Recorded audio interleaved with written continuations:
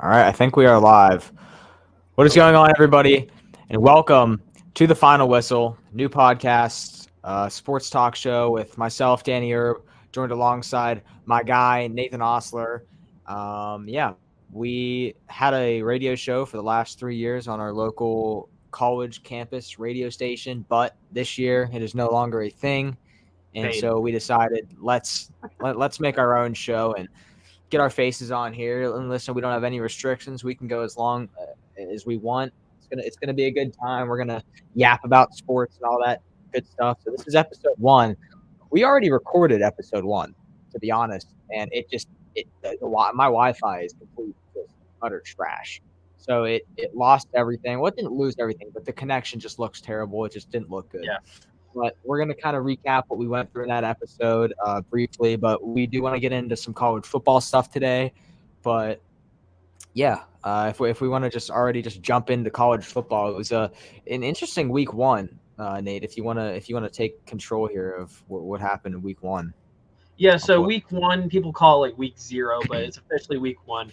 A lot of matchups in the college football world were like the usual, like Ohio State was able to kill Akron. I think it was like 52-6 was the final score. So you don't really care about that one. But I think there was a big story, you can say, in college football. It is Florida State being awful. They came in at number 10 in the country and lost twice in the week 1 format, you could say.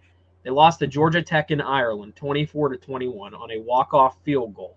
And then it all came to fruition last night where they lost pretty bad to Boston College in Florida State. They lost 28-13 at home in their first home game. They're ranked 10th. They're already 0-2 in the ACC, which is, in football, the ACC is not known to be a powerhouse. This was supposed to be Florida State's conference, them and Clemson. And Clemson, I mean, they played Georgia this week. They got murdered. But I just want to talk about Florida State here. That QB situation, coaching situation. Get him out. It doesn't make sense. DJ Uongo, whatever the hell, is a joke. He sucks. And honestly, he should be playing D3 ball at his local YMCA or whatever the hell. The dude can't play. He's just not a baller. But when you think about it, this was a guy who, with Coach Dabo Swinney, that team was electric. And I forget who they lost to, and they missed the college football playoff. They were undefeated until then. And then they lost the college. They lost their chance to get into the playoffs with Clemson. But DJ Uiagalelei or whatever, him and Dabo Swinney, they were electric together. And then he transfers. He's at his 7th school now, and the dude just can't figure it out anymore. So I don't know if that's Dabo that can take the credit for that. But listen, this is a bad Florida State team. They were 13-0 last year with Jordan Travis, Keon Coleman, and all them. And then you come into this year, and ever since they did not get into the college football playoff, and Alabama got in, they're 0-3 since then. They lost to Georgia. They got smacked by Georgia. They got their ass kicked by Georgia. Then they go into Georgia Tech in Ireland, and they get their asses kicked. Not kicked, but they lost by a field goal. But it's Georgia Tech. You should have killed them. You're the 10th team in the country. And then they go into Boston College. Well, no, it was in Florida.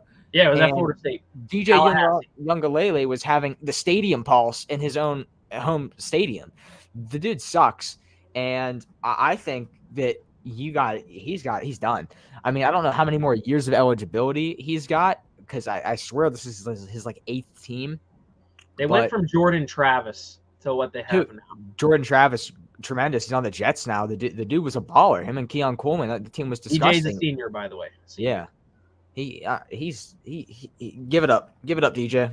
I now see memes and I've been seeing TikToks about this all day. People reacting to these games, Danny. People are saying Florida State's now an underdog against Memphis. That's how bad this has gone. Dude, low key. Florida State's an underdog against all over Memphis spread. The joke. It's an easy joke to make. But here's another problem I have with Florida State this year. That that defensive line, awful. You ready for these stats? Rushing, Kyle Robichaux, and I might be butchering some of these Boston College players' names. 85 yards. Trayshawn Ward, 77. Thomas Castellanos, That dude was nuts. Castellanos was nuts. 106 passing yards with 2 touchdowns, but as well 73 rushing yards and a touchdown. A baller. They have a running back named Turbo Richard, 28. Reed Harris, 11. That's tough. Those are all the running back and your name's Turbo. And here's the funny thing. All of those were the running backs to at least get 1 rush with Boston College. Cam Davis was the leading rusher for Florida State, 11 yards on 3 attempts. They could not run the ball against Boston College, and Florida State could not stop the running game at all. So the defense is an issue, but the quarterback play is an issue too. I get he had 272 yards, but only 21 completions on 42 attempts. This is supposed to be a top Florida State football team. This was a team where many thought they got robbed of the college football playoff because Jordan Travis got hurt. They didn't get in. And they're looking like this was supposed to be the season, Danny, where they were supposed to silence the haters. They were supposed to come in to Ireland, the first nationally televised game of the college football season. They lost to a field goal. And it's funny because Georgia Tech, I've been seeing a lot of people saying they're going to be above 500 or like around 500. They're better than they have been. But you lost to Georgia Tech. You came in, I think, as the number 10 team that time. Yeah. A week later, you lose to Boston College, but it's even worse because it's at Tallahassee. I'll say this. We're doing the tomahawk chop. That place is going nuts. And they lost. Boston College, I mean, sure, Florida State sucks, but we also can't discredit Boston College. This team's kind of nasty, and I mean they're unranked, but they balled, and I don't think this is a Boston College team that you can be taking too lightly going on forward with Castellanos as the quarterback position. He was insane. Tayshawn Ward balled as well. He had 61 yards off of 3 catches in the tutty. This is a good game from Boston College's standpoint. Now, I'll ask you this. Florida State is ranked 10th. They've just lost 2 in a row. Do you think they drop completely to unranked? Oh, yeah, they're unranked. Do you think they hang on to like a 20? I think they should be unranked. But they're gone. They get glazed somehow by the committee, and they should be. They won't be ranked for the rest of the year. You're already 0-2, and you're 0-2 in the ACC, which, listen, I'm an ACC guy. I like Pitt. Or me and you are from Pittsburgh. I love the ACC, but it's just not a good conference, right? It's just not a football conference anymore. It used to be, and you can't go 0-2 in the ACC in your first 2 weeks to schools that are bottom tier ACC schools in Georgia Tech and Boston College, who has been bottom recently, and try and say that you deserve to be ranked. No, your Florida State season is over almost before it began. Here's the thing about Florida State. It's a tough pill to swallow if you're a Seminoles fan. They're not going to be ranked this week, at least. They have a chance to fight back and they can recoup. But it's going to take a lot of work. And I was undefeated. You got to go undefeated. With the expanded college football playoff, I saw a lot of analysts saying this. College Game Day was talking about it. They think a lot of people are saying you can get in the playoffs with 2 losses, not 3. Yes, but 2. But here's the thing about Florida losses to unranked teams. They already lost to 2 teams in the ACC. That's the problem. Pathetic. So, and at least to make the college football playoff, you have to win the ACC for that one of those automatic bids. They can still make it if they win the conference, but let me go through the rest of this schedule very quick. I got to pull it up as well. They're already 0-2 in the ACC. Georgia Tech, Boston College versus Memphis at home. Their next ACC opponent is California, new to the conference, a Pacific Coast team in the ACC. Really makes sense. At SMU, another new team. It's a win. Currently ranked 25th Clemson, but I don't really care about rankings right now. At Duke, DJ's old team. I think he's getting smacked up by Clemson. At Duke, at Miami, who looked really good. At Florida, this week. Versus North Carolina. Looked good at again. Notre Dame, who as well went into Texas A&M College Station and beat Texas A&M. Charleston Southern they host. That might be an upset at this point, the way Florida State looks. And then they face Florida at home during rivalry week. Yeah. So they need to at least have a chance. They have to go undefeated the rest of the year. I'll tell you, they're going to beat Memphis, Cal, SMU, Duke, and then Charleston Southern. So they're going to have, let's see how many losses. 1, 2, 3, 4, 5, 6 losses. They'll be lucky to get a bowl game. They'll be lucky to play in the Pop-Tart Bowl. The Jimmy Kimmel LA Bowl at this point. Yeah, they'll be lucky to get a bowl game. I think changes. It's only been 2 games. I'm not a Florida State fan, but I can tell from the way Florida State fans are reacting, Danny, changes have to be made. Got to be made. I kind of feel bad for that fan base. They thought they could have been in the college football playoff last year with that season they had, and I understand it. I understand that a lot of them saying we should have made it. It's like the whole UCF and the University of Cincinnati debacle. I don't think they should have made it. Personally, that's just me. I think you look at last year and you look at a team like Alabama. Listen, Alabama could have beat. They didn't beat Michigan. It was a close game. Listen. At the end of the day, this is about making games that are going to be good. Sure, Florida State deserved to get in there undefeated. Jordan Travis just ripped his ACL out of his knee and wasn't going to play the rest of the season, and so we were going to a backup and throwing him to the wolves against, I think it would have been Michigan or Washington. And I mean, I just think that personally any fan is going to rather watch Alabama play, Michigan or however it would have added up, but it would have been Michigan because they had the spot. It was Michigan, Bama. But I was always on the board with give it to Bama. It's going to be a better game. It's gonna do more. Now, sure, if Florida State was healthy and they were fully healthy, sure, but they just weren't. And what we saw was that Florida State unhealthy team get whooped. I think to Georgia. I think it was in the bowl they ended up getting smacked by Georgia regardless. So I just want to say this really quick about Florida State before we move on to like any other games from this past week. If they lost these early season games like Ohio State, Texas, non-ACC schools, I'm not panicking as much if I'm a Florida State fan. Those are tough schools. But you lost to Georgia Tech and Boston College, who are in the ACC. You're already 0-2 in your conference.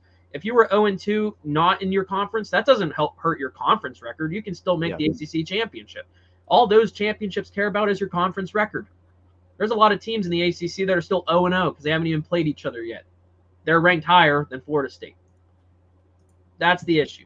Now, Florida State, if they want to at least have a chance to make the ACC championship, to have a chance to make their own path. It's already done. And that's the best chance they have. They have to win out. They have to beat Clemson, and then they have to beat Miami too. They have to hope also another team can beat Clemson or Miami, and then they would have the tiebreaker over their schools if they beat them. So they have to win out at least. But, I'm not trusting other schools to do the work for them. So they have to do everything they can to go undefeated the rest of the year. For a team to start as the number 10 team in the country, they on paper they had an easy schedule, right? I mean, they had an easy schedule. The only tough games they were going to have were Notre Dame and Miami. But now you look at how this team played, and they have 6 or 7 losses when you look at it, and they'll be lucky to play in the Pop-Tart Bowl. Like you said, the Pop-Tart Bowl. Yeah, the big Pop-Tart coming out. But moving on, there was a couple other games I do want to talk about really quick. Get into it, yeah. I know I brought up Clemson got destroyed against Georgia. Smoked. 34-3. I don't want to talk about Clemson as much. Carson Beck looked good. I'm talking about Georgia. Yeah. Georgia's ranked number 1. They're coming out for blood. They want vengeance for losing to Bama in the SEC championship. They have not. It's been years, I think. They're on a long streak since they lost a regular season game. That was a postseason game they lost. And that one game took them out of the college football playoff that they probably could have won. They probably would have beat Michigan easily. But other than that, Georgia, they're legit. Carson Beck, like you said, Georgia looked good. I think draft eligible. I think a team that worried me. I've always liked the Oregon Ducks, and they beat Idaho by 10 points. Yeah, the hell's going on in Oregon? I mean, Gabriel threw for 380 yards, 2 touchdowns, and I mean, I'm not impressed with the number 3 team Oregon. They're going to go down in rankings for sure. You got to. I mean, if they don't, it's a shame. You look at teams like Oklahoma, the 16 seed. They did what they were supposed to do against a team that's unranked and kind of a throwaway win. They beat them 51-3. You look at teams like Alabama, won by 63 against Western Kentucky. I mean, these are teams that are going off against teams they should. Tennessee smokes Chattanooga 69-3. Kansas State, it's UT Martin 41-6. I mean, if you're going to be the number 3 team in the country, you better show up and show your cards right away and let people know, like, especially you're in the Big Ten now, Oregon. This ain't no Pac-12 anymore. Now this is the second best conference in college football that you're coming into, in my opinion. And you can't beat Idaho by 10 points. You just can't. Yeah, definitely. I guess 2 other storylines I kind of want to talk about before we move on, Danny. Yeah. I feel bad for North Carolina. They just lost their quarterback, Max Johnson. He looked good, bro. He looked solid in that first half of the game. He looked good. That's going to be tough. It's probably going to be Connor Harrell's team now.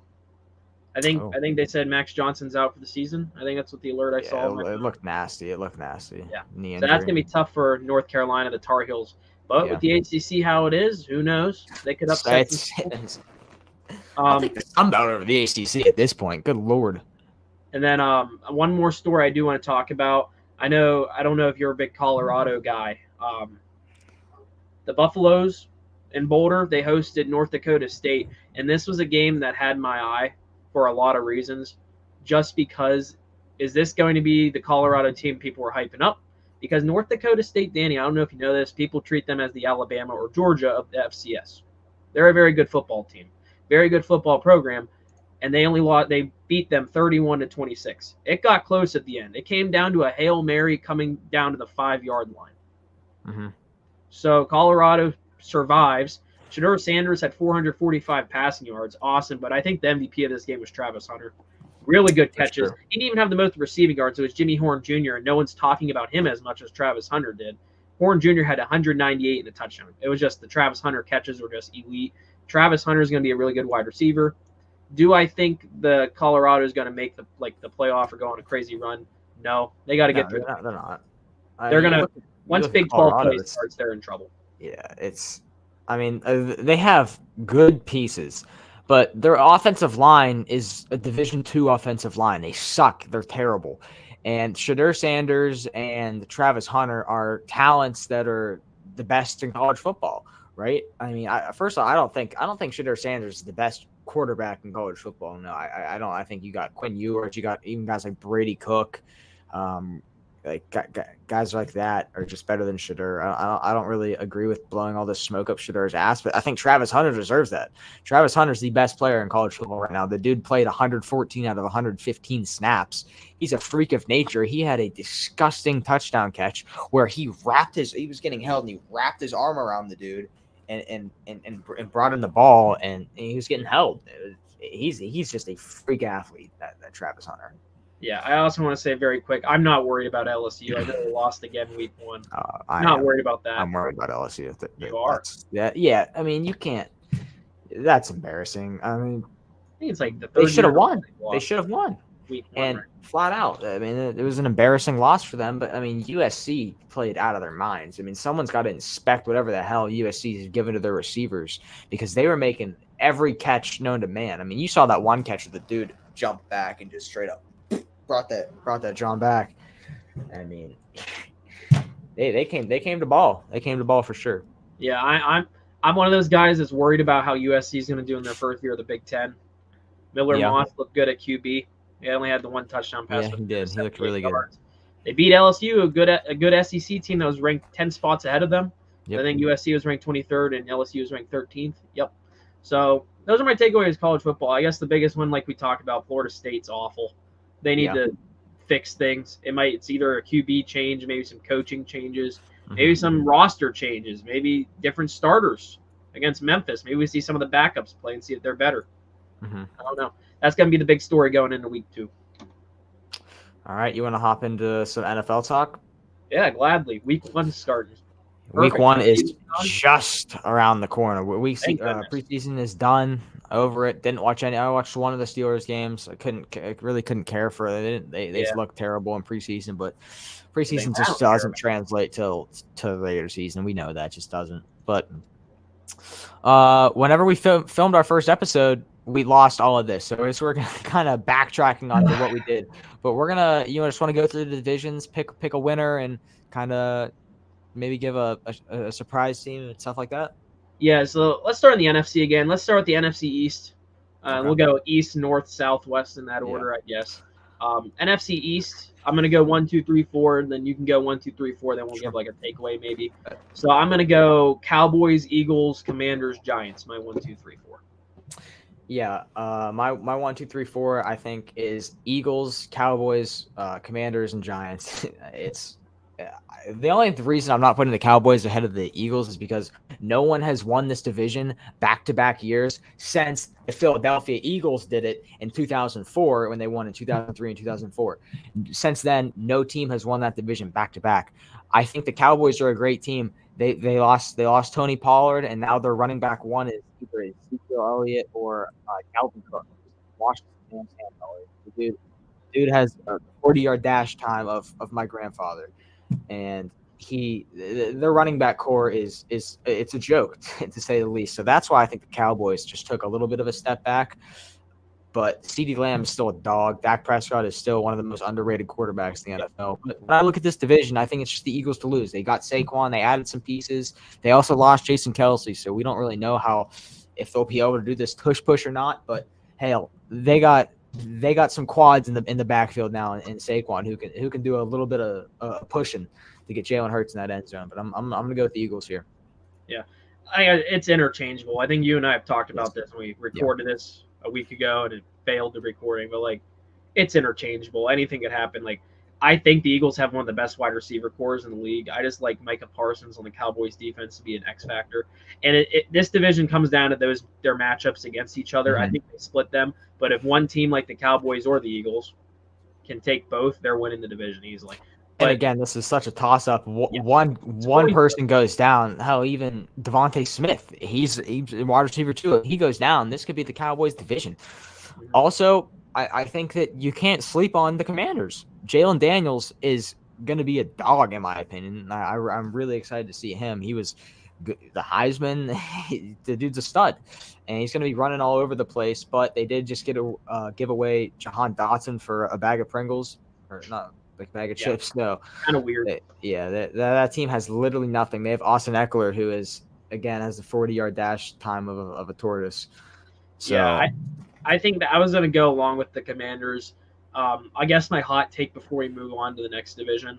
I'll just say this about the Giants very quick. They're going to be bad. I don't believe pathetic in at all. Pathetic. But that's not my hot take. I think the Commanders. The hot take is if Jaden Daniels can have a really good rookie year and look like the quarterback of the future, like they hope so. He's an elusive playmaker. We saw it at LSU, him and Malik Neighbors. Mm-hmm. I think Brian Thomas Jr. was there as well. Yeah. I think the Commanders can have a sneaky 9-8 season, and the way the NFC is, maybe sneak into the playoffs as a 7 seed. It's possible. But at the same time, it's like a coin flip. They could also be awful if Jaden Daniels isn't good enough. But they gave him Austin Eckler as a running back, very weird signing. But at the same time, someone that is Scary Terry at wide receiver. He has some weapons.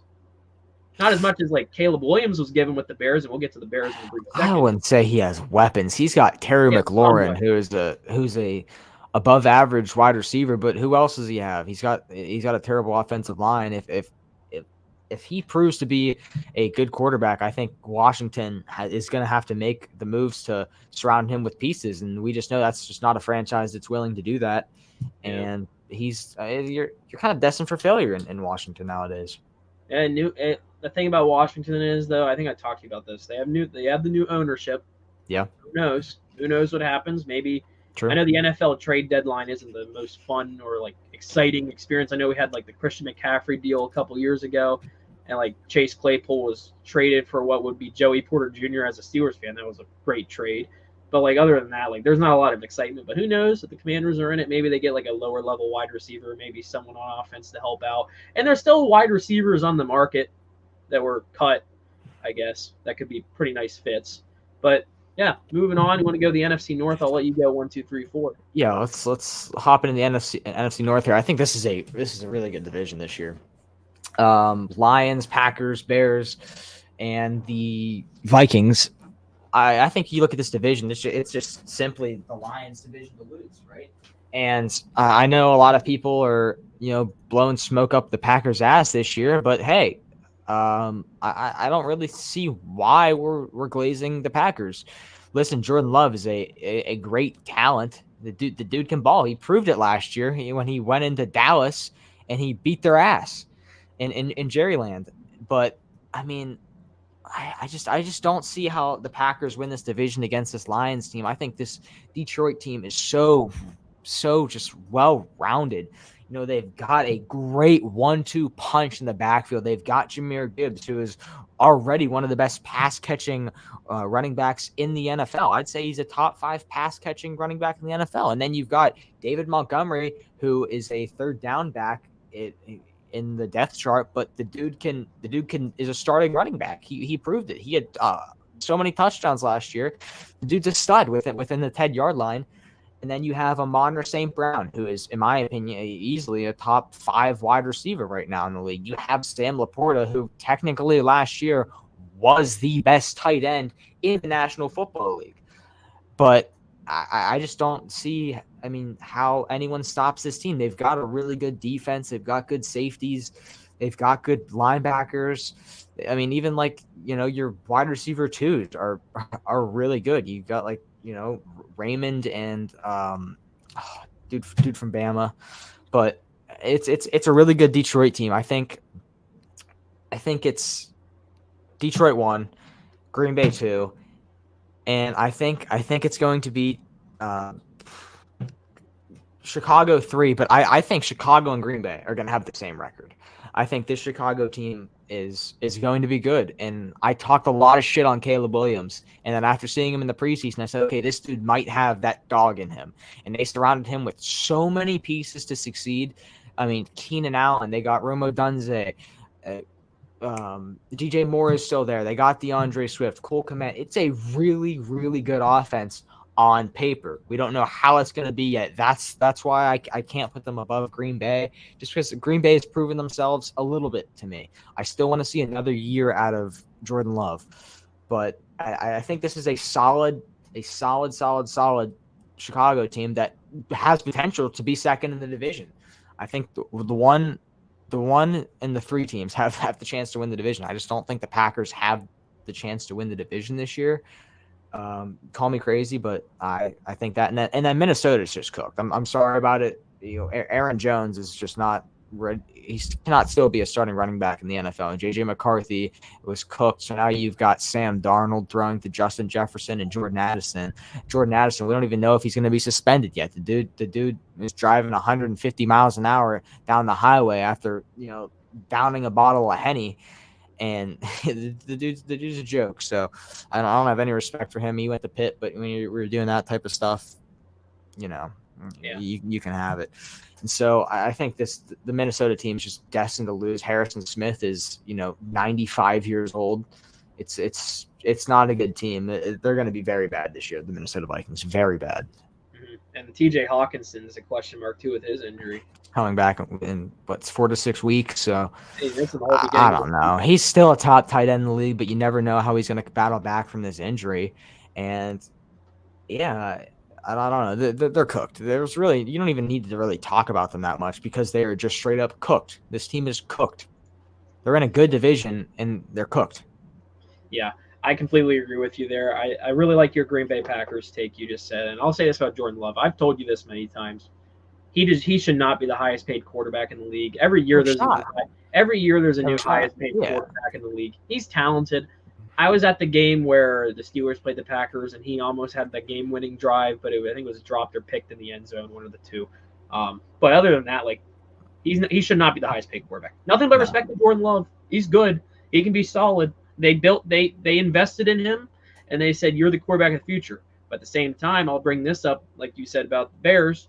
They invested in Caleb Williams by extending DJ Moore, bringing in Keenan Allen, having Rome Odunze there, another rookie. They had 2 top 10 picks, and they were able to give Caleb Williams the weapons he needs. But here's my 1, 2, 3, 4.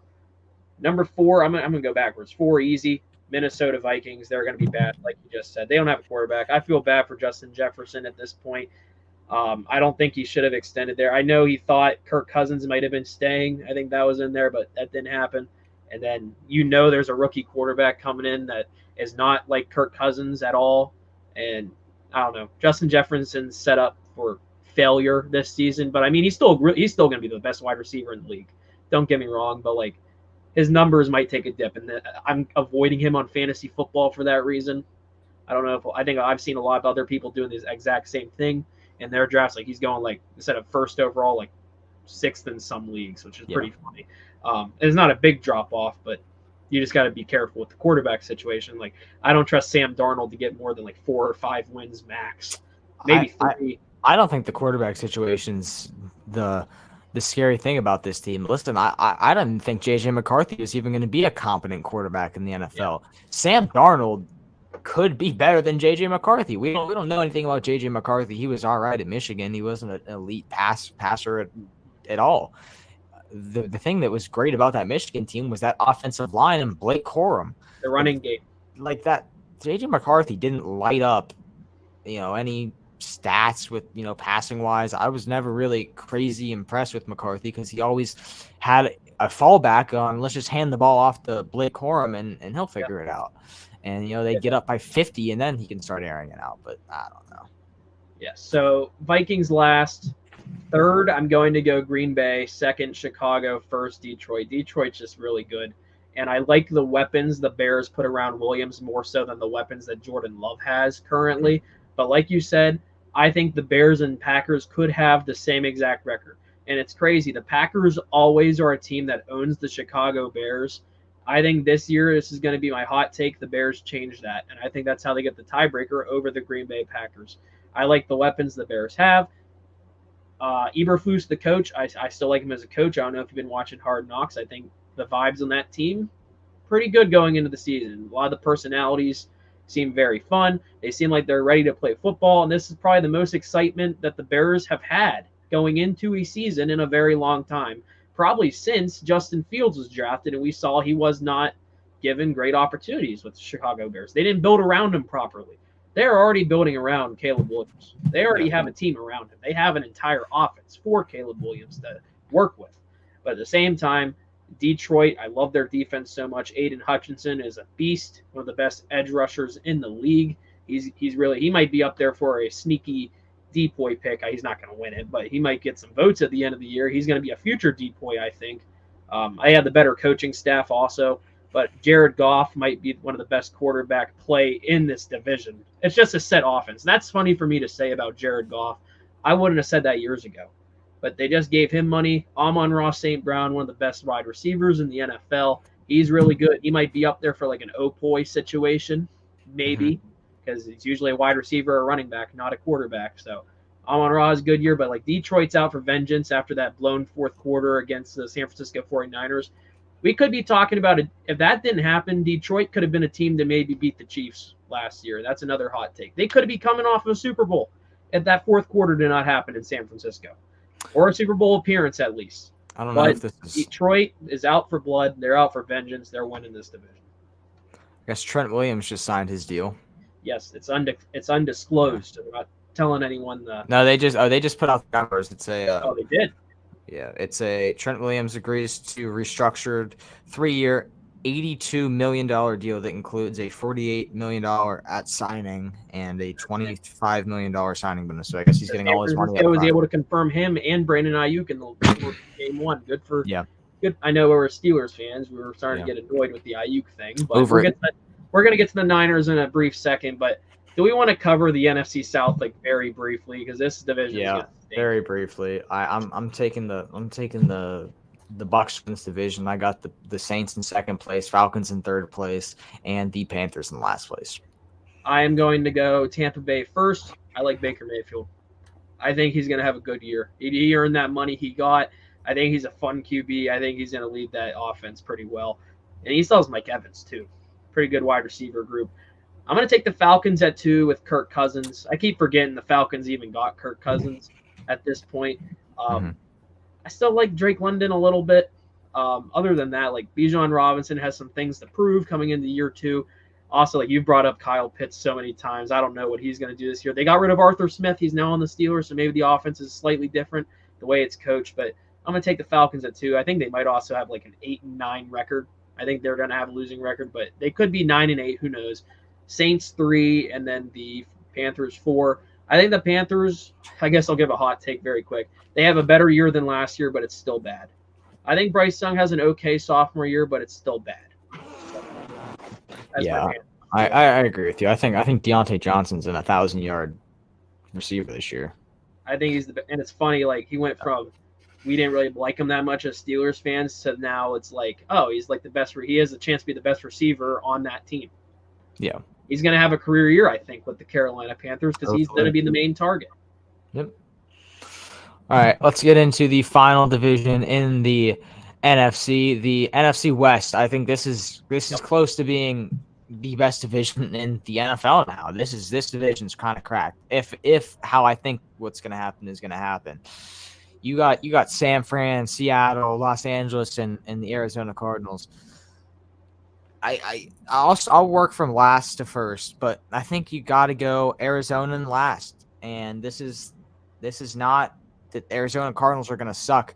I think this could even be a playoff team. Call me crazy. The Arizona Cardinals could be a playoff team. They got Marvin Harrison Jr., who is a generational NFL talent. This dude's going to be a stud. Kyler Murray, who people always like to talk trash on Kyler's name. Kyler's a good quarterback. You got Trey McBride, who's a damn good tight end, and this is a solid offense and an above average defense. I would say. I don't think you can take this team lightly at all, but they're last in this division just solely because this division is straight up stacked. And in third place, I'm going with the Rams.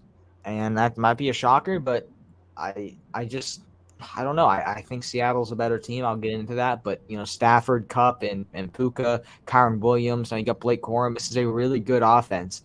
But I think their defense took a big enough hit losing Aaron Donald and losing some other pieces to where that I think this is the third place team, unfortunately. I like LA. I think they're a good team, but I just think Seattle's going to be good this year. And this is my sleeper of the year. I'm just really big on Seattle this year. Geno Smith looked so good in preseason. And I think that this backfield of Zach Charbonnet and Kenneth Walker is going to be unstoppable this year. Just depends on how the offensive line holds up. You've got a really good receiving core in Jackson Smith and Njigba, Tyler Lockett, and DK Metcalf, who's a stud. I'm just really high on Seattle this year. Very high on Seattle. And then in first place, it's San Francisco. It speaks for itself. They got Ayuk back. This is a Super Bowl contending team. It's really no debate for first place. Yeah, so I'm gonna go 1, 2, 3, 4 really quick. We're about the same, but I'm gonna change up 2 and 3. I got San Fran easy number 1. They just got Ayuk back. They still have Deebo Samuel, George Kittle, Brock Purdy fits very well in that offense. Christian McCaffrey, of course, and then you just got Trent Williams back, Nick Bosa, I think it is. Pretty sure that Joey Bosa's on the Chargers. I don't know. I just had a brain fart there. So Niners 1, pretty easy pick. I got the Rams at 2. I like their offense more so than the Seahawks a little bit. I like Kupp and Nakua a tad more than the duo Metcalf and Lockett. I know they're very good, but I like Nakua more so as a 2 than Tyler Lockett personally. Lockett, especially on fantasy value type of thing, it's like every other week he's good for numbers. So I also like Stafford a little bit more than Geno Smith personally. So that's why I'm going Rams more so than the Seahawks. But like you said, it's interchangeable. These are two mid teams. Yeah. Like they're going to be in the fight. And then I'm going to go Arizona Cardinals at 4. You gave your sleeper team as the Seahawks. I think my sleeper team in the NFC is not like so a playoff team. It's more so a team to blow expectations away. It's going to be the Cardinals for me. I don't know why. I really like it's a very sneaky offense. I think a lot of people are just not talking about the Cardinals enough. Kyler Murray gets disrespected a lot. James Conner too. You didn't even bring up James Conner when I forgot. Yeah, I was going to bring it up, but I was like, I'm going to bring it up with my point of view. James Conner, really good running back. I think he's doing way better with the Cardinals than he was with the Steelers easily. Mm-hmm. Trey McBride. Let me just tell you a quick little story about Trey McBride.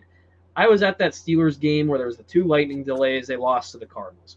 I picked up Trey McBride on fantasy before that game started, being like, oh, he's going to kill us. I think he had like 100 yards that game and like a touchdown or 2. He killed us that week. Trey McBride is is going to end the year maybe I think as a top 5 tight end. That's also a hot take I have. Easily. Trey McBride's going to be a very good player this year. Marvin Harrison Jr., I think he's also up there for Rookie of the Year.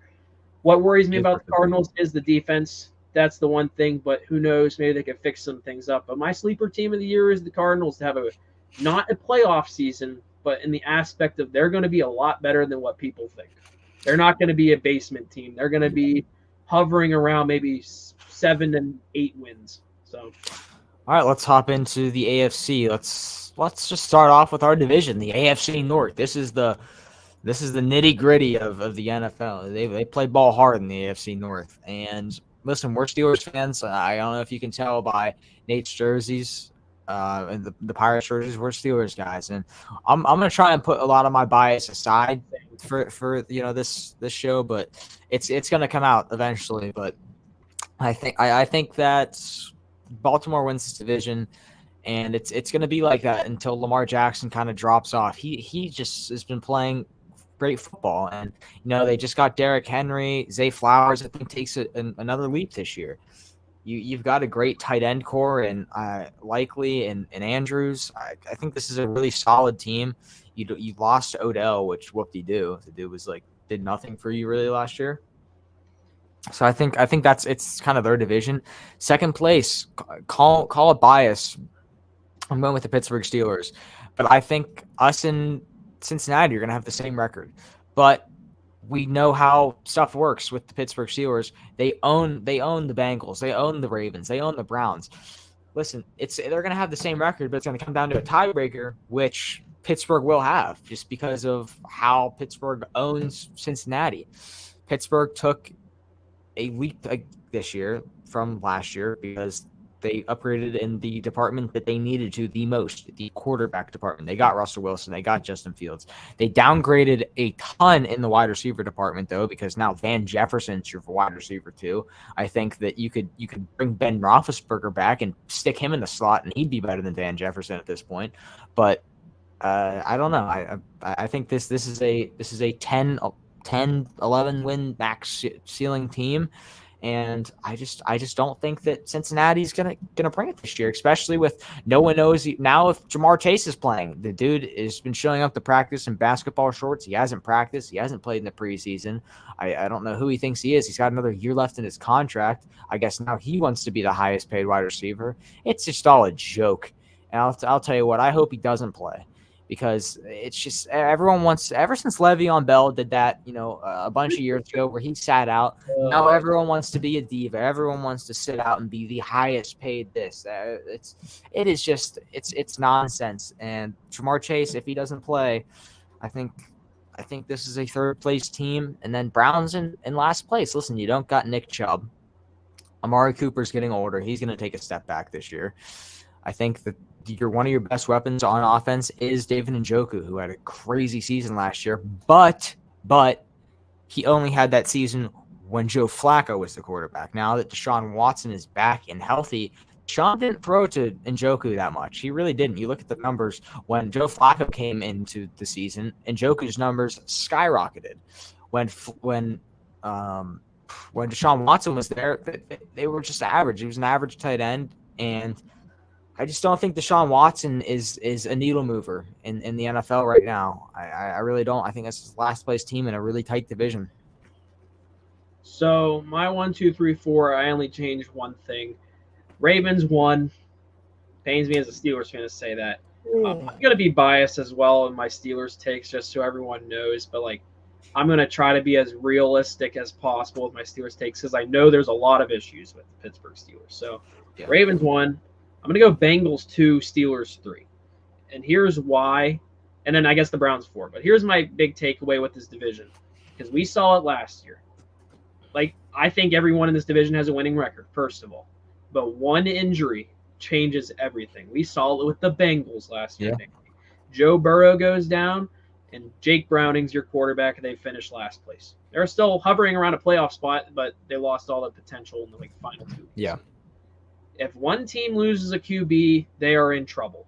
I'm putting the Steelers ahead of the Browns in the aspect of I like their quarterback room more. But here's the thing about the Steelers. A lot of people are disrespecting the Pittsburgh Steelers, thinking they're going to be worse than last year. If you think the Pittsburgh Steelers are going to be worse last year when they had a team with a quarterback room when they had Kenny Pickett, Mason Rudolph, and Mitch Trubisky as your 3 QBs, they turned that into Russell Wilson, Justin Fields, and I'm not even going to bring up Kyle Allen. But you turned those three into Russell Wilson and Justin Fields, and people are saying the Steelers are going to be worse than last year. The only thing in my opinion, that got worse on the Pittsburgh Steelers was the wide receiver room, and they only lost Deontay Johnson. They still have the same group. They just replaced Deontay Johnson with a Van Jefferson, which not good. The big killer for me this season was losing Brandon Ayuk. My monitor just turned off. I don't know if you watched me. So Brandon Ayuk was the big killer for me because it would have been huge. That's my first big Omar Khan L as a Steelers fan. They missed out on Brandon Ayuk. It was really close to happening, and they just couldn't get it to work. They let the Niners get into talks more. And now the Steelers are in a situation they're going into week 1 in Atlanta with that wide receiver room. It's the worst wide receiver room in the division, easily, and one of the worst wide receiver rooms in the AFC. Bottom of the league, too. George Pickens is going to get double-teamed like crazy. And we saw him get double-teamed last year as the Steelers' number 2 wide receiver. And it didn't go well on his emotions a lot. That can worry me as a Steelers fan. Same. The O-line is also a big question mark. It's better. They did lose Isaac Seumalo for a couple weeks. Troy Fautanu is questionable. Broderick Jones on the right side did not have a good preseason. He was a top pick. I think he's still a good player, but he did not have a good preseason at all. James Daniels is still there, and I think Dan Moore Jr. is probably a starter, which still worries me. But at the same time, all it takes is injuries to ruin this division and make something change, like last year we saw with the Bengals. But I'm still going to pick the Steelers to finish third over the Browns just because the Steelers always play the division pretty well. We saw it last year. I think they lost one game against the division, I think. Yeah. And that's how they finished with a really good record. The Steelers will at least manage to split the series 1-1 with each of these teams. They always manage to. And everyone says the Steelers are going to stink every year. They always manage a winning record because of this. But what worries me for the Steelers is the end of the season. It is a gauntlet after that Commanders game. It's just a tough schedule. It's one of the worst. I think them and the Bears. It is the hardest in the NFL. Them and the Chicago Bears. I use this website like Playoff Predictions to make like little mock scenarios. And like who's going to win each game? Here's my playoff predictions. I think them and the Bears are the only teams that finish the season like the final few weeks. Then they have to play all their division games. So both those teams are going through a gauntlet at the end of the year. But the Steelers, on the other hand, got to play the Eagles and the Chiefs involved with that. And they also have the Cowboys in the middle of the season. I keep forgetting about that Cowboys game, but the Chiefs on Christmas. You have the Eagles in Philly. That's going to be an interesting one. But at the same time, the Steelers have a way better quarterback room. New offensive coordinator. I'm interested to see what Arthur Smith can do differently than what Matt Canada did. I hope it's better. But what worries me about the Steelers and what keeps them at third for me is the wide receiver room. And the defense keeps them in third place as well. It puts them ahead of Cleveland. All of these teams have winning records, I think, easily. And I think a hot take for me is all of these teams might finish in the playoffs. It could happen. All it takes is the Bengals, Steelers, and Browns to have really good records and own the tiebreakers over the other division, which I think is good, the AFC South, which we'll get to in a little bit. But I'm going to go, I know we yap a lot. Ravens, Bengals, Steelers. That order. More breaking news out of Pittsburgh, though. I don't know if this is old as well, but Cameron Hayward has agreed to a 3-year, $45 million deal that includes $29 million in new money, $16 million in guarantee. So we just broke some news. Cam Hayward is locked down in Pittsburgh. Let's go, baby. Walter Payton Man of the Year, Cam Hayward, had a great season last year. He's staying in the 4-1-2 and one of the best defensive lines in the entire NFL. One of the best defenses in the NFL. You've got Highsmith, TJ Watt now on that line. It's just going to be gross. You got Peyton Wilson who can be rushing now, and Cam who's now got his bag, and he's going to be playing like he deserves it, and he did deserve that bag. So good for Cam Hayward, and that's big for the Steelers. That's really big for our team. Yeah, I'll say this before we move on. Congrats to Cam. I was really interested in how much he was actually going to get, because he was like joking around. He's like, I could go play for Cleveland. We all knew that wasn't going to happen. We all knew that. But I'll say this about a player to watch out for on the Steelers. I brought this up when we first did this. He probably won't play as many snaps as TJ Watt and Alex Highsmith are. You brought up Peyton Wilson, the middle linebacker. I'm bringing up an edge rusher and Nick Herbig. Just keep an eye out on Nick Herbig this year. He's same alma mater as TJ Watt, Wisconsin. He is a beast. He killed it this preseason, and he had some big moments in the regular season last year. So if you're not a Steelers fan and you're listening to this and you don't know Nick Herbig already, look into him. Pretty fun guy to watch. Really energetic, but let's move on. Want to go East? Yeah, let's head into the AFC East here. Patriots, Dolphins, Bills, and Jets. I'm going to go from last to first. Last place, obviously, it's New England. This team is a dumpster fire. Drake May is not elevating this team to be anything. Juju Smith-Schuster's now gone. He's on the Kansas City Chiefs. Hunter Henry just isn't capable, and Ramondre Stevenson looks like he's running through maple syrup every time he runs. It's not a good offense. It's not a good defense. It's a new coach. It's not Bill Belichick. The New England Patriots could be the worst team in the NFL, and that's not ridiculous to say that. Moving on. Third place, I'm going with the New York Jets, right? I just don't think that this team is there yet. Aaron Rodgers coming off a brutal Achilles injury. That is not a injury that is easy to bounce back from. It's just not. We've seen it before in other sports. It happens a lot more in the NBA where guys rupture their Achilles and they come back and they're just not the same. We saw it with a bunch of guys. It happened to Klay Thompson, who came back and he wasn't really the same. One guy it didn't happen to is Kobe Bryant. That's one of the more success stories. Now, I would love to see Rodgers come back and be healthy because I'll never prey on someone's downfall like that, injury-wise, but I don't see it with this team. Breece Hall is getting way overhyped. I don't think Breece Hall is as good as everyone is saying he's going to be. Conklin as your tight end, well, I mean, that's not doing anything. Garrett Wilson's going to be really good this year. I think he's going to have a huge year. But I just don't think this team is going to be able to keep up with Miami or Buffalo. Going into second place, I'm going to go with the Buffalo Bills.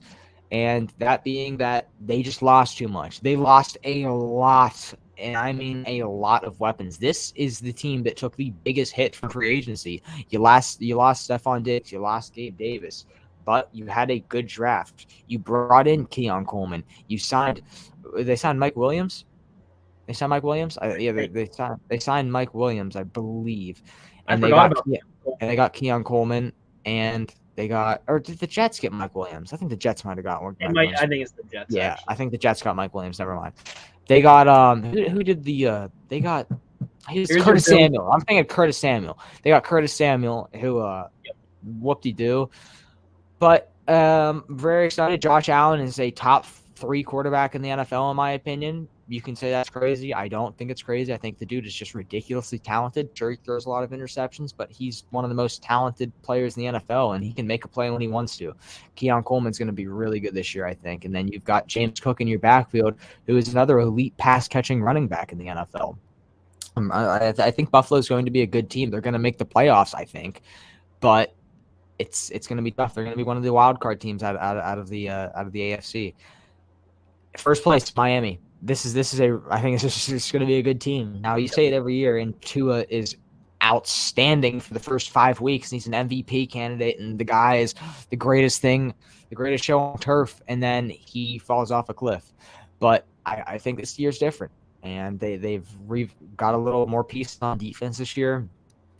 They're getting I forget who tore their Achilles last year on Miami.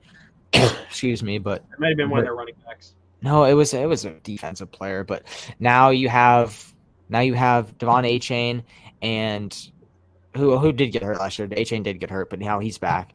And you have Raheem Mostert. It's another great 1-2 punch running back combo in the NFL. And then you've got the best, in my opinion, the best wide receiver in the NFL right now, and Tyreek Hill. The dude's nuts. Jalen Waddle, great. It's you got Odell now, who's not good, but he's still Odell. And I think this is a division-winning team. I think it's just about time that Miami takes that step forward, and I think this is the year they do it. Yeah, so funny thing enough, I'm going the exact same 1, 2, 3, 4 as you. Dolphins 1. This is one of my favorites to finish with one of the best records in the league. I like them this year. I think the Dolphins have potential if they live to their potential to be a dark horse to go all the way and fight with the Ravens and Chiefs of the world of the AFC. And you could say the Texans as well. I think they're going to be a good team. We'll get to that next. But I like the Bills at 2 just because I like Josh Allen, a healthy Josh Allen, rather than Aaron Rodgers coming off of that Achilles injury. But the Buffalo Bills, you brought up their wide receiver room. It did take a hit a lot. They lost Gabe Davis. They lost Stephon Diggs. They lost a lot of guys on defense. But I kind of like their depth chart still. I like a little wide receiver group with Khalil Shakir, Keon Coleman, and Curtis Samuel. I think it's young. I think they're going to be tested. I think they're going to thrive when they're tested. Keon Coleman was a beast at FSU. I remember watching him play in those games on television when I was watching those, and then try to make the playoffs. I think they're going to be a good team. I like Dalton Kincaid and Dawson Knox, the tight end duo they have there as well. I still like their defense as well. Taylor Rapp, really good safety. I like him, how they kept him on the team. They're able to make sure that stays there. With the Jets, however, the question mark, like you said, it's the Aaron Rodgers situation. How is he going to be? He's up there in age, by the way, Danny. This is a 40-year-old quarterback coming off of Achilles injury. He played his first game with the Jets, did not last long. The highlight, I see so many memes, Danny. The highlight for Aaron Rodgers' Jets career is him just coming out with the American flag. So I love that, man. I'm curious to see what he does. I do like their running back room a lot more. Breece Hall, I think he's a really good underrated running back they have. Garrett Wilson, Mike Williams, Xavier Gibson, Alan Lazard. That's what Aaron Rodgers is working with. Those are your 1, 2, 3, 4 top wide receivers. Tyler Conklin is your tight end. I don't really like the O-line that much, in my opinion. The defense, I like Sauce Gardner. Sauce Gardner, really good corner. Quincy Williams, C.J. Mosley at middle linebacker. Quinnen Williams, can't forget about Quinnen Williams. I like their defense. The offense, I'm just curious how that goes. If they lose one of those wide receivers or they lose Aaron Rodgers, they're going to be in trouble because we talked about this the other day, and it's funny. They do have Jordan Travis. He's the third string, but then Tyrod Taylor is their backup. So if Aaron Rodgers goes down, they're in trouble. But I'm still going to take the Bills. I think the Bills, I like Josh Allen more. I like his drive to win. I think Josh Allen tested with the team he has been given is going to be nice to watch. I think the Bills could also start out slow but have an amazing second half to get into a fight for a playoff spot. I think they're going to make the playoffs. I think they're going to get in there some way, some shape, some form. But I'm going to go then. Those are my 1, 2, 3, and then Patriots last. I think the Patriots are going to be pretty bad, but I could go for a sleeper team too in this division. I think it's the Buffalo Bills. I think a lot of people are forgetting about the Buffalo Bills. Yeah, I don't think that's a crazy take at all. Let's hop into the AFC South. This is another damn good division. You got the Texans, Colts, Titans, and the Jaguars. Last place, I'm going with the Titans. This is going to be a very bad football team. This is going to be a very bad football team this year with Will Levis. You've got no wide receivers. You've got no running backs. I mean, you've got Tony Pollard, but he's splitting carries, and he's not even the announced starting running back. This is just a flat-out bad team. I'm not going to say too much on them because this could be the worst team in the NFL. In third place in this division, I'm going to go with the Jacksonville Jaguars. Now, I think this is a really good team, this Jacksonville team, but it's just going to be too close between the top other two teams. Jacksonville's really good. I like Etienne. I like Trevor Lawrence. It's a solid team, but this is just too much of a mid team to be in this division that just took a big leap with second place, the Indianapolis Colts. This is team I think is going to be very, very good. I think Anthony Richardson, if anyone watched our show on IUP last year on our radio show, I was a big Anthony Richardson guy. I said in the draft, this guy's going to be really good. And he is really good. And I think that he's going to take a big step up this year. I know he got hurt, but I think he's going to show his cards a lot more this year and use his legs a lot. Jonathan Taylor's going to have a bounce back year. They've got some more pieces in the wide receiver department.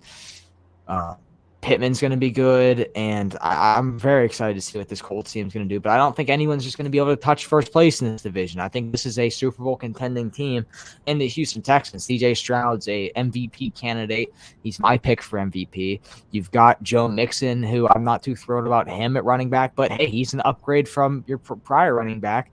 You've got the best wide receiver core in the entire NFL, and Tank Dell, Nico Collins, and Stephon Diggs. And you've got Dalton Schultz as a tight end. It's just a really solid team. It's well rounded, but Stephon Diggs is a cancer in the locker room. He's a cancer when he's not getting targets. So you never know how that could transpire. And if he starts to, make this team implode from within, You never know. Again, it's a solid defense. It's, I'd say, an above average defense. Can this defense be good enough to put them past teams in February and January? I don't know.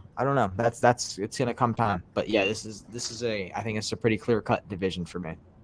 Yeah, so I'm about the same, but I'm gonna switch my 2 and 3 just like we did earlier. I'm gonna go Texans 1, easy. They are a candidate to win the AFC in my opinion. CJ Stroud, it's gonna be interesting to see his sophomore year. I know a lot of sports, like we saw in the MLB, Corbin Carroll had a big sophomore slump, but he's heating up now in the final month with that Diamondbacks push right now. I'm very curious to see how CJ Stroud does in his sophomore year. I think he's still going to be an amazing player. I think he's going to take the whole sophomore slump type of mentality people are thinking he might have and just use that as motivation to be even better than he did rookie year. So Texans 1, Tank Dell, Stephon Diggs. I also like the coaching staff, the defense. Love it. Number 2, I am going to go with the Jacksonville Jaguars here, just because I really like their wide receiver group. I like what they've given Trevor Lawrence. Trevor Lawrence, in my opinion, is not a bad quarterback. He gets a lot of hate. Now, what worries me as well as the quarterbacks after him, it looks like on their depth chart right now, it's just Mac Jones. They're running 2 quarterbacks on that team.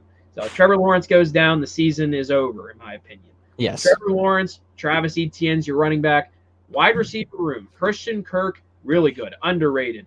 Gabe Davis, Brian Thomas Jr., who I am very excited about. Also, they have other guys in Parker Washington, Devin Duvernay is there well. Evan Ingram, very good tight end, sleeper pick in your fantasy leagues. I like their defense, so I'm picking the Jaguars to have a little bit of an edge over the Colts, just because I've heard your praise on Anthony Richardson. Thing is, I'm very curious because I'm treating this as, I think a lot of people should be treating this as his rookie year. He was injured very early last season. We didn't see a lot of Anthony Richardson. I think he's going to be a really good quarterback. I think he has potential to be the Colts quarterback of the future. I just don't like his wide receiver room as much as I like the Jaguars wide receiver room. They have Michael Pittman Jr., Josh Downs, and Adonai Mitchell. I like the Jaguars. I think the Jaguars have them beat in that department. I do like their defense, however. DeForest Buckner's there. They also have guys like Jalen Jones, Kenny Moore II, Julian Blackman. I like those guys, Zaire Franklin. But I'm going to go with the Jaguars, number 2, Colts 3, and then last place, Tennessee Titans. I don't really have much to say about that, but I'll say this before we move on to the last one in the West. I think my hot take for the season in the AFC is a majority of the wild card race will come down to the AFC North and the AFC South. I think it's going to be a race between teams like the Bengals, Steelers, and Browns, and then the Jaguars and Colts, those 5. Add the Bills to that as well, because I think the Ravens and the Texans have those divisions on lock. So add the Bills to those 5 teams, and those are going to be your 6 of those teams are fighting for playoff spots for 3 wild cards. So that's my big AFC take.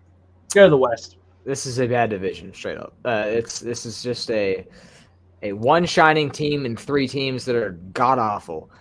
Listen, this is just, there's no way to put this. The Chiefs are winning this division. It's just not even going to be close. This is the biggest gap in any division. I think Chiefs win this division. That's not even a debate.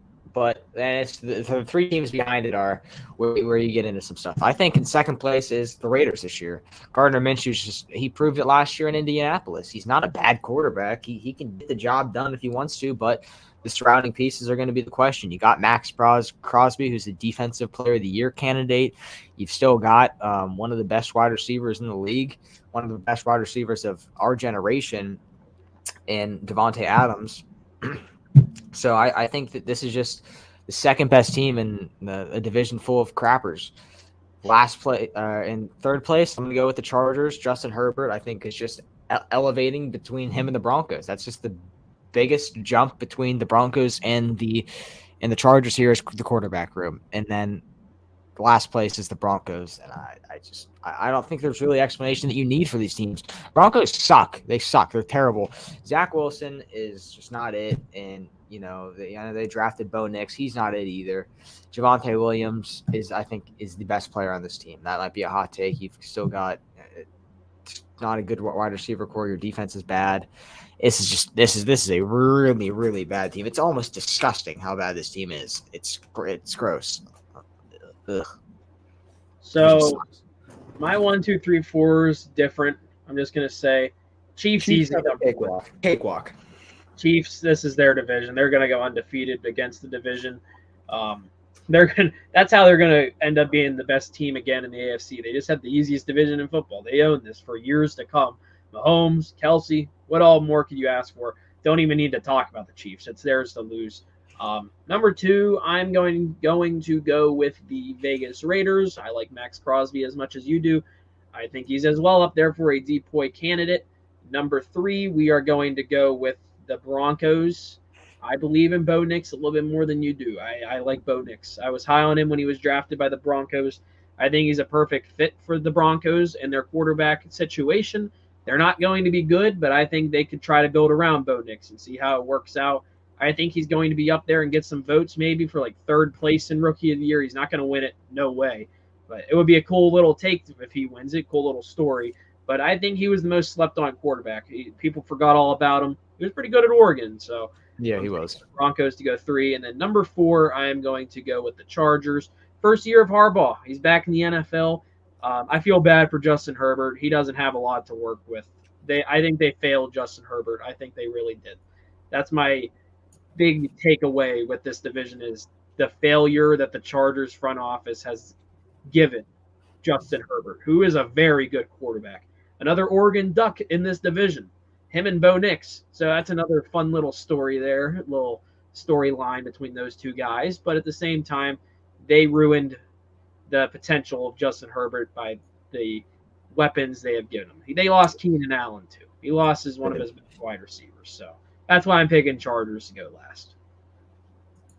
Yeah, this is just a bad division. I don't know if we want to get into any other divisions, or not any other divisions. If you want to get into maybe pick your Super Bowl winner and who's going to win, come out of each conference here. Yeah. So you want me to start? Or you want to do it first? You can go for it. Okay, so I'm gonna go with the conference championship for each AFC and the NFC, then get my winners in the Super Bowl pick. I am going to go with the NFC first. I think it's a potential we see a rematch. I think we see Lions 49ers part 2. I think the Lions win it this year. I'm going to go out on a limb and just say they get it. I think both of them go through a gauntlet of a game between the Eagles. Either one of them is probably going to get stuck with the Eagles or Cowboys in the playoffs, and I think they handle them. I think the Lions win against the Niners, part 2. I think they upset the 49ers because the 49ers will probably host it this time around again. I think they learned from their mistakes the previous year. Part 2 for the AFC. I am going to go with the Miami Dolphins against the Kansas City Chiefs. I like the Dolphins this year, Danny. I know this is probably going to be stupid of me to say because they always underperform. And we saw how they were in the playoffs last year. They got stuck with that snow game, and they did not perform well. But I think the way the Dolphins are, they can maybe, if they can manage to finish with the best record in the AFC, if they can work a miracle, they can host the Chiefs in Miami. So I think the AFC is going to come down to the following teams. It's going to be the Dolphins, Chiefs. It's going to be your division winners. I don't think any of the wild card games or winners of those will, and none of the 4, 5, and 6, and 7 will go all the way. I mean, 5, 6, 7. It's going to be the 1, 2, 3, or 4 seeds. All the division winners. I'm going to go Dolphins and Chiefs, and I'm picking the upset. Miami Dolphins, Detroit Lions, Super Bowl. Crazy for me to say. Wow, that's nuts. That's crazy. And my Super Bowl pick, I'll give it very quick before you give yours. Detroit wins it. It's going to be a fun year for Detroit. Okay, that's fine. Finally, I look at the AFC, and I think there's just 2, maybe 3 clear-cut teams. I think that Miami is good.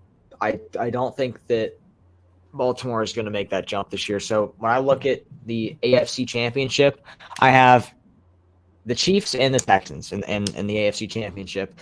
I think this is going to be a really good game. But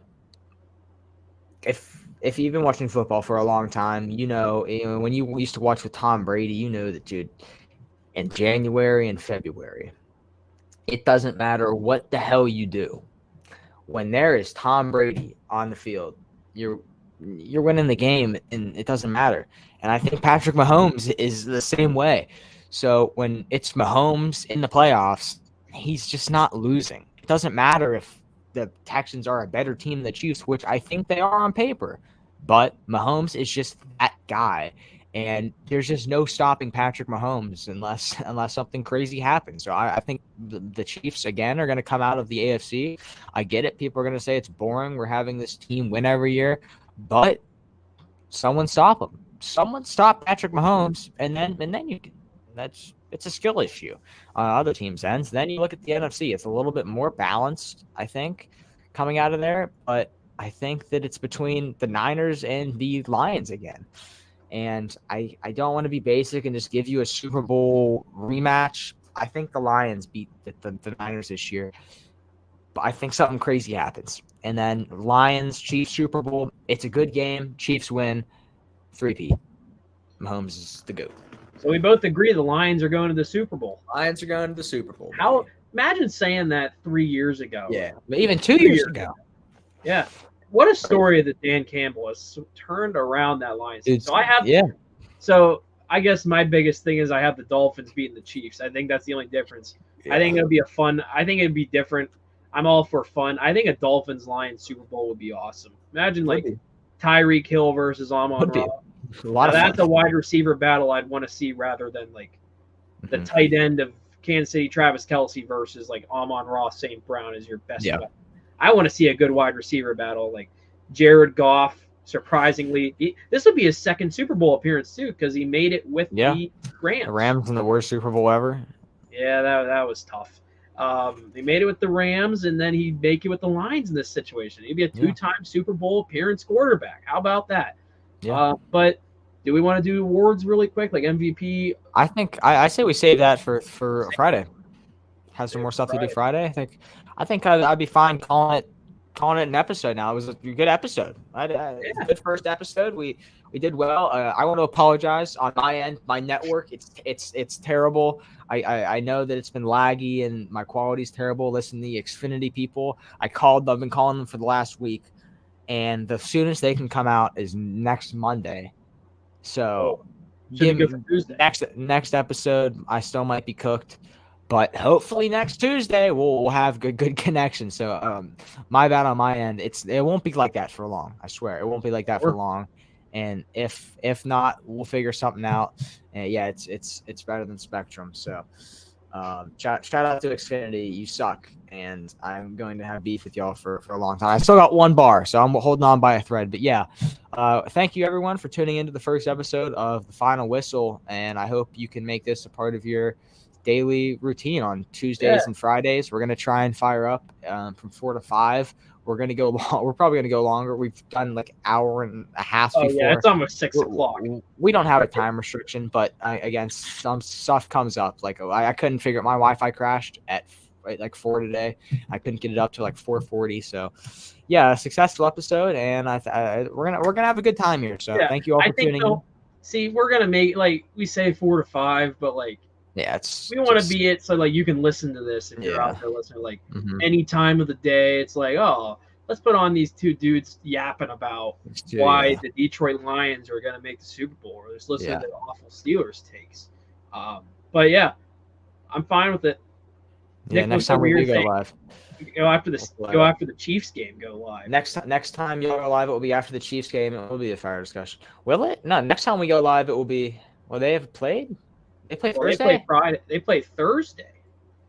Oh my God! Friday we have the. Friday we'll have. The Brazil game. Which is going to be a dumpster fire. Yeah. Because I don't think. Yeah. Do you want to? Since we have NFL, I just forgot about that. You want to preview this game before we say our farewells? Yeah, why not? I have nothing better to do. I'm taking the Chiefs against the Ravens. Mahomes he's a dog. It's going to be a really good game, though. I'm excited to see what Derrick Henry will show. And I don't know. I'm a Steelers fan. I'm never going to root for the Ravens, so I'm taking the Chiefs. And I'm just excited football's back, baby. So let's go. We are ready for football to be back, of course. Chiefs over Ravens, with no bias for me as a Steelers fan. I'm still picking the Chiefs over the Ravens. It's going to be an awesome matchup as well. And then I'm going to go with the Brazil game. I'm going to take the Eagles easily over the Packers. That game, I'm not excited for. I know a lot of people are not excited for it as well. The whole joke, no one can wear green because the home soccer team, their rival, wears green. So you pick two green teams to play in Brazil. I think that's hilarious. I think the Packers are wearing all white. I think I saw. So yeah, that's going to be green. Packers are wearing green. Apparently that's not true. But the Eagles are wearing like black in a sense. So I don't know. Now, apparently AJ Brown said he's not leaving his locker room. I did see that. I think this has a potential to be a mess because we saw stuff. Remember the one coach that got in trouble down in Mexico City for the one team and got fired? I forget what it was a couple years ago. He got in trouble for doing things in Mexico, or what I think it was Mexico they were in. He got fired on the spot. Yeah, just look it up. It's an interesting little feat. I think it was the Cardinals because it was on Hard Knocks, which was pretty funny. It was in the in-season Hard Knocks a couple years ago. But I'm going to go with the Eagles for that game against the Packers. So Eagles and Chiefs. Yeah, I'll go Eagles and Chiefs as well. So next Falcons, very quick. Steelers. Even though we can talk about it on Friday, but yeah, we'll talk about it Friday. Bang bang. Well, next time we talk to you guys, we will have had NFL football. So I can't believe we made it this far without NFL football, but we are back, baby. And the next time we are live and we're talking to you, we will be able to talk about a game that has happened and that counts. So thank you all for tuning in to the first ever episode of The Final Whistle, and we'll see you guys next time. Nope, see ya.